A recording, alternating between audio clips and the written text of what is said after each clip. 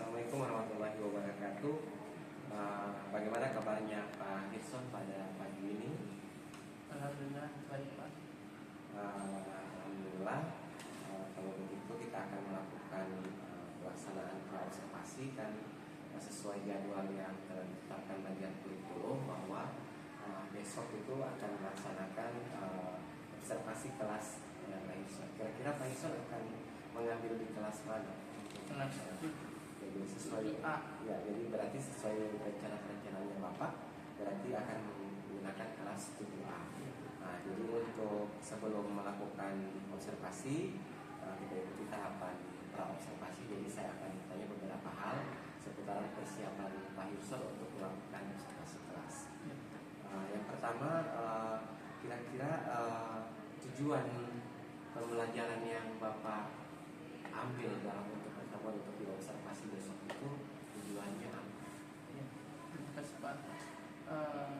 Sebelum itu saya perlu jelaskan bahwa saya mengajar di kelas 7A di mata pelajaran PPKN.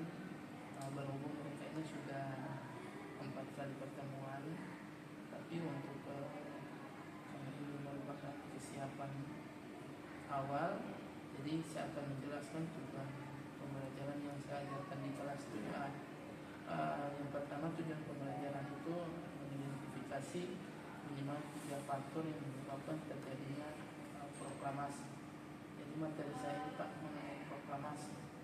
Yang kedua, mengorganisir informasi tentang kronologi proklamasi dalam bentuk infografis atau timeline. Yang ketiga, menganalisis hubungan sebab akibat antara faktor penyebab dan terjadinya proklamasi menggunakan bagan atau peta konsep. Yang keempat, mengevaluasi dampak jangka pendek dan jangka panjang proklamasi terhadap bangsa Indonesia. Yang kelima, menyusun interpretasi mengenai relevansi nilai perjuangan proklamasi bagi generasi saat ini. Yang keenam, mempresentasikan hasil analisis dan interpretasi secara lisan dengan argumen logis. Itu Pak. Ya, jadi dari ada 6 tujuan itu Pak, apakah ke-6 itu akan dilaksanakan besok? Mungkin ada dibagi beberapa kali pertemuan. Jadi Bapak mungkin fokus untuk pertemuan besok yang akan dilaksanakan. Iya, dibagi 3 pertemuan Pak. Jadi berarti Bapak akan melakukan mengidentifikasi 3 hal ya. Iya, dengan mengorganisir informasi tentang kronologi terjadinya proklamasi. Jadi ada 2 tujuan yang nantinya Bapak akan capai pada proses pembelajaran yang nantinya akan diobservasi besok. Ya. Kemudian kira-kira dari tujuan yang Bapak akan ini kan ada 2. Jadi nanti strategi yang akan Bapak gunakan pada saat proses pembelajaran besok nanti sesuai dengan rancangannya Bapak, rancangan RPM-nya Bapak itu menggunakan strategi apa? Ya, jadi Pak, model dan strategi pembelajaran mendalam ini yang saya gunakan itu model yang paling bagus, yang paling cocok di siswa saya itu, di pembelajaran saya itu model pembelajaran berbasis inquiry atau problem based. Jadi dari berarti strateginya berarti Bapak mengambil model inquiry ya. Iya.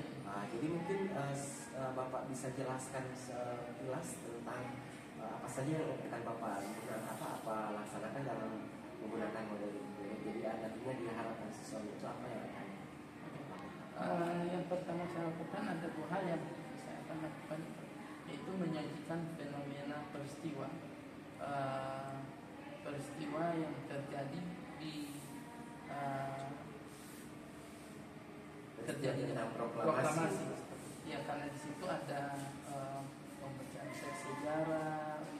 sejarah proklamasi, teks proklamasi, sejarahnya, dan ada beberapa yang perlu dijelaskan. Yang kedua, mengajukan pertanyaan tentang pemantik tingkat tinggi atau HOTS.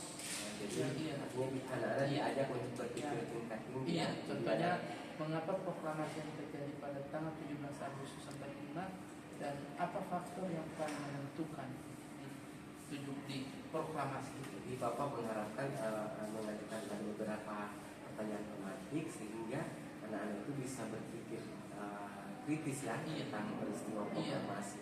Ya, Pak, tadi kan menggunakan model inquiry. Jadi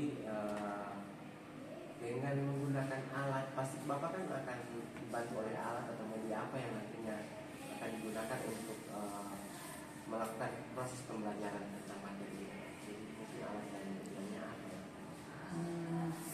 Alat media yang saya gunakan, saya menggunakan media Infokus itu yang telah kami siapkan dan mungkin dibantu dengan papan Digital ya. iya. Smartboard. Iya. Berarti Bapak akan menayangkan berupa Iya, video iya, sebagai video, peristiwa tentang iya, proklamasi. itu. Oke.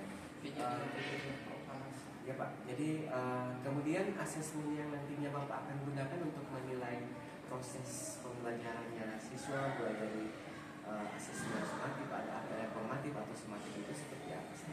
Kalau asesmen formatif, ya asesmen formatif itu tentang pertanyaan pemantik atau pemantik HOTS ya, bagaimana dan apa dampak. Itu yang formatifnya Pak. Iya. Kalau Kalau yang ada diskusi kelompok kecil seperti itu. Baru yang kalau asesmen sumatif itu tentang produk analisis, misalnya tentang esai analisisnya sampai berapa paragraf begitu bisa sampai terus ada presentasi menjelaskan hubungan sebab akibat, menjawab pertanyaan sama siswa, terus menampilkan interpretasi nilai-nilai perjuangan. Baru yang ketiga rubrik penilaian, ada akurasi fakta sejarah, kedalaman analisis dari sejarah itu, terus ketepatan hubungan sebab akibat dari materi proklamasi itu. Jadi intinya di asesmen itu Bapak akan melakukan dua asesmen ya, asesmen formatif sama asesmen sumatif. Ya, terakhir Pak, di sesi beberapa hal yang setelah kita ini, kira-kira kita akan membuat satu kesepakatan, artinya fokus yang nantinya akan saya lebih tekankan untuk diamati saat proses itu mungkin di sesi apa, misalkan di bagian mana yang kita akan fokus untuk menjadi kesepakatan saya sama Bapak ketika melakukan itu. Jadi nantinya di pengamatan itu fokusnya di mana? Mungkin fokusnya ke saling menjawab pertanyaan antara siswa, antara kelompok yang satu dengan kelompok yang lainnya. Jadi kita akan fokus ke situ. Karena siswa lebih banyak bertanya, berdiskusi. Berarti kita fokus nantinya saya akan melihat bagaimana kemampuannya Bapak untuk memandu kelompok-kelompok kecil itu untuk berdiskusi membahas tentang proklamasi kemerdekaan. Ya Pak, makasih waktunya Pak Arison. Insya Allah apa yang kita sudah sepakati, apa yang Bapak sudah rancang itu bisa Bapak laksanakan dengan baik pada saat observasi. Makasih Pak Arison.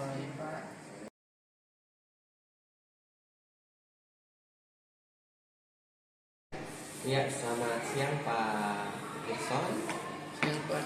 Bagaimana perasaannya Bapak ketika setelah kita melakukan pemantauan observasi? Jadi perasaannya Bapak seperti apa?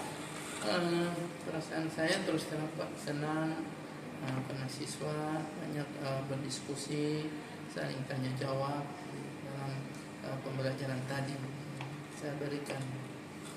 Ya, alhamdulillah tadi pelaksanaan proses pembelajaran yang Bapak lakukan itu sudah sesuai dengan skenario, mulai naiknya tujuan, memilih model yang Bapak gunakan sendiri, kemudian media yang digunakan juga menggunakan papan interaktif. Tadi terlihat itu antusias untuk belajar.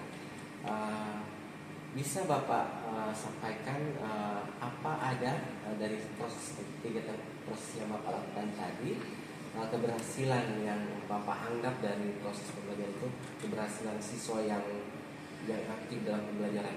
Ya, yang saya saya lihat tadi di saat saya memberikan pembelajaran dan saya membagikan kelompok diskusi, ternyata saya lihat siswa aktif. Jadi antusias dalam diskusinya. Iya. Satu siswa bertanya, ada beberapa kelompok, di kelompok lain menjawab, ada juga saling tukar pertanyaan dan pendapat sehingga sampai memberikan saran. Ya, jadi fokus pengamatan yang Bapak katakan tadi kan, kita mengamati bahwa diskusi antar kelompok itu terjalin, terbuktikan bahwa mereka antusias untuk belajar dan berdiskusi. Pak, selanjutnya kira-kira dalam pelaksanaan tadi ada kesulitan yang Bapak hadapi saat proses pembelajaran tadi? Ya, kesulitan yang saya dapat tadi paling banyak khususnya mengajak anak-anak untuk berpikir tinggi itu apa?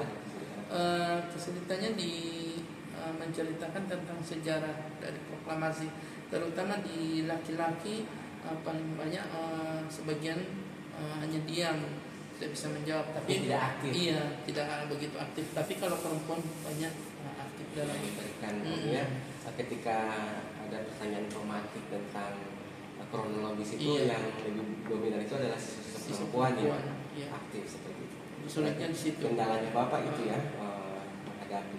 Kemudian Pak, kira-kira ide yang akan Bapak untuk menanggulangi kendala itu, mungkin ada ide-ide kreatifnya Bapak seperti apa nantinya, kan jangan sampai hanya terkesan hanya siswa perempuan saja tapi yang laki-lakinya tidak aktif. Ya, ide yang saya akan buat untuk ke depan ini, saya lebih banyak fokus ke laki-laki untuk lebih menjelaskan, menerangkan, bahkan menjelaskan melalui video lewat TV interaktif untuk menceritakan sejarah-sejarah perjuangan bangsa Indonesia yang zaman dulu. Berarti Bapak nantinya akan lebih fokus pada peserta didik itu laki-laki itu supaya lebih aktif lagi seperti itu. Terakhir Pak, kira-kira umpan balik spesifik dan aplikatif apa yang nantinya Bapak akan lakukan tindak lanjut setelah kegiatan lain? Tindak lanjut yang saya akan buat itu, insya Allah saya akan menambahkan jam pelajaran, karena mungkin saya lihat posisi waktu yang diberikan di dalam pembelajaran itu sedikit, tidak cukup untuk dalam hal berdiskusi, sehingga ke depan saya akan tambah waktu berkomunikasi dengan Bapak lebih aktif untuk berdiskusi, karena diskusi ini kan panjang, jadi kita akan menceritakan sejarah perjuangan bangsa Indonesia itu Pak.